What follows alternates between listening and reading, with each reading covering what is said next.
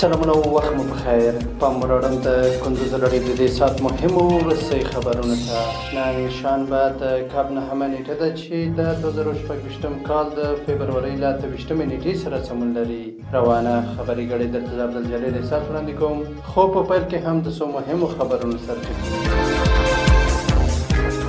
اسلام کلا کې د افغانستان او ایران ترمنځ د سرحدي نښو د نوي کولو چارې پیل شوې د کابل والي د نظام د بقا لپاره هر ډول قربانۍ ته چمتو یو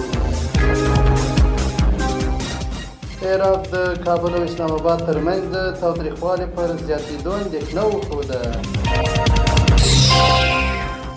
او په سوات کې 9 افغان کډوال نیول شوي دي اوس هم بشپړ خبرونه اسلام کلا کې د افغانستان او ایران ترمنځ د سرحدي نښو د نوي کولو چارې پیل شوې د سرحدونو قومونو او قبایلو چارو وزارت په مشرۍ د سرحدي چارو د تثبیت کمیسیون اړوند تخنیکي کمیټې د هرات په اسلام کلا کې د دواړو هیوادونو د تخنیکي ډلو په شتون کې د سرحدي نښو د نوي کولو چارې پیل کړې دي دغه وزارت په یو خبرپاڼه کې ویلي یا د تخنیکي ډلې پلان لري چې د دواړو هیوادونو ترمنځ پر پوله سرحدي نښې نوي کړي چې د افغانستان او ایران په اړیکه امنیت او نورو برخو به مثبت اغیزې ولري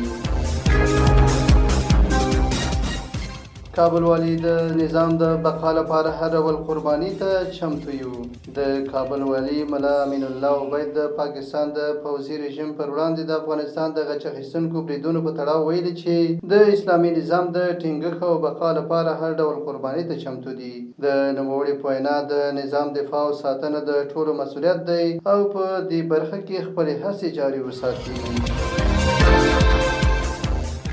عراق د کابل او اسلام آباد ترمنځ د تاوتریخوالي پر زیاتېدو اندېښنه وښوده د عراق د بهرنیو چارو وزارت د کابل او اسلام آباد ترمنځ د تاوتریخوالي پر زیاتېدو اندېښنه ښودلې او پر دواړو لورو یې غږ کړی چې له زغم او احتیاطه کار واخلي دغه وزارت په خپره شوې اعلامیه کې ټینګار کړی چې د سیمې د امنیت او ثبات د ټینګښت لپاره باید شته اختلافات له ډیپلوماټیکو او د خبرو اترو لارې حل شي تر دې وړاندې هم د سیمې او نړۍ یو شمېر هیوادونو د کابل اسلام آباد ترمنځ پر روان وضعیت اندېښنه څرګنده کړې او د جګړې د درولو او سیاسي پر حل موندلو یې ټینګار کړی او وروستی خبر دا چې په سوات کې 9 افغان کډوال نیول شوي پر پاکستان د افغانستان له غچ اخیستونکو پراخو بریدونو وروسته د خیبر پښتونخوا په سوات کې د افغان کډوالو د نیولو سخته سبب پیل شوې ده د پاکستاني رسنیو د راپور له مخې تر دې دمه هلته 9 افغانان نیول شوي دي په راپور کې ویل شوي نیول شوي کسان به ژر افغانستان ته ستانه کړي دا د دې مهال مهمه وروستي خبرونه تر بیا ښه وختونه لوی الله ومل شه